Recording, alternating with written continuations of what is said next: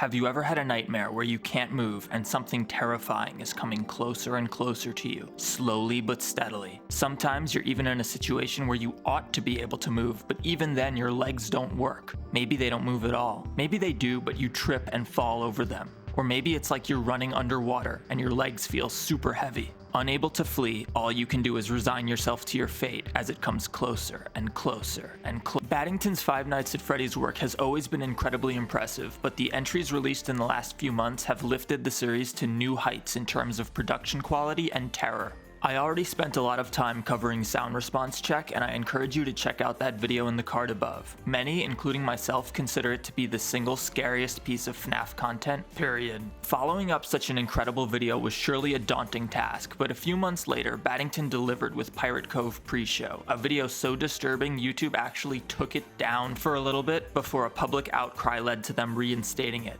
This video continued Battington's trend of disturbing, highly detailed imagery, period-accurate visual effects, and chaotic use of audio. I thought you wanted an audience.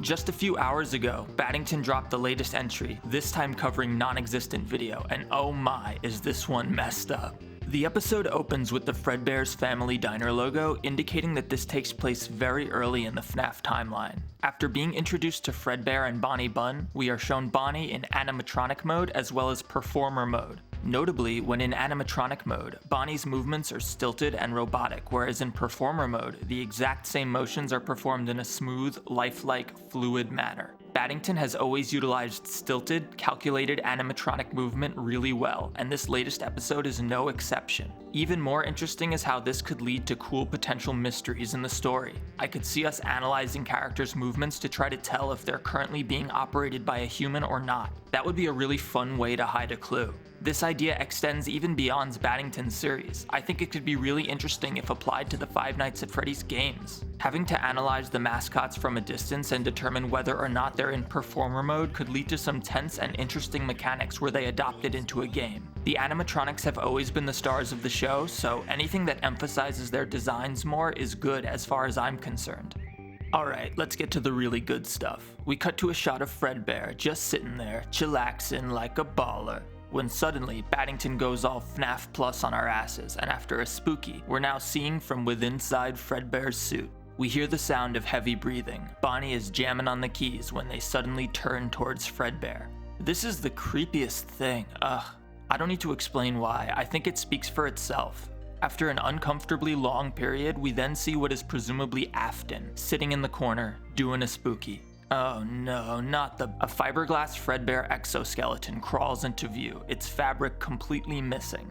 It seems like it's writhing in agony as it howls a distorted, broken version of Happy Birthday to You.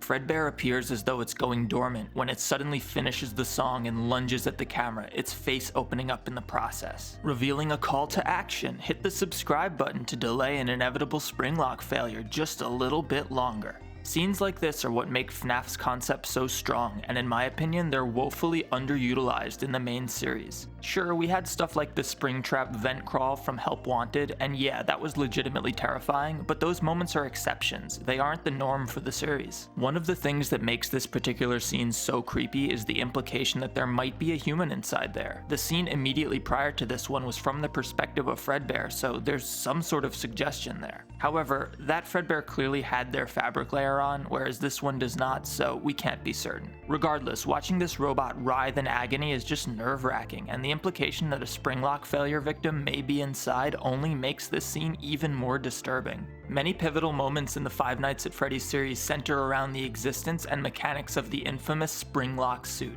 For those unaware, this is an animatronic that doubles as a wearable suit.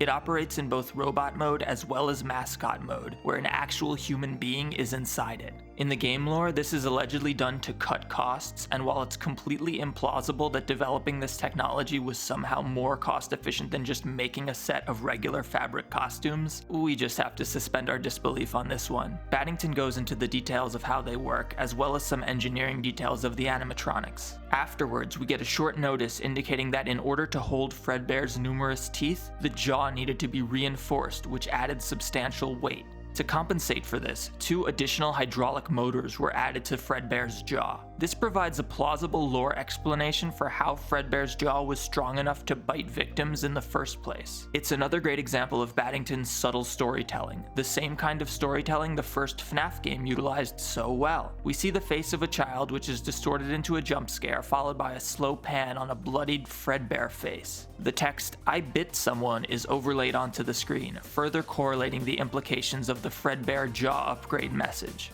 We then go through a reprise of the series so far as Battington constructs a medley of the victims. 4 tapes hidden inside their empty heads. Freddy ripped apart with a smile, Bonnie dancing in the dark, Chica and her wonderful song, Foxy meets the happy man. You are gifted. You found the 5th. Then Battington finally gives it to us. We witness a Springlock failure. We only see the exterior shot of it briefly, but oh man is it spooky. The scene then cuts to the victim's perspective, with them apparently fleeing towards the exit as they scream in agony. The episode concludes with a scene between Michael and the puppet, who sort of prophesizes all that will occur. However, at the time I'm recording this, the episode only just came out a few hours ago, so I think I need some more time before I draw any further conclusions. Nonexistent video is certainly one of Battington's best, and I think it emphasizes the strongest aspects of FNAF's lore and aesthetics. If for some reason you haven't seen it yet, what are you doing? Go check it out. If you're into analog horror and other spooky stuff like this, check out this video I made on the state of analog horror as a genre. As always, thanks for watching.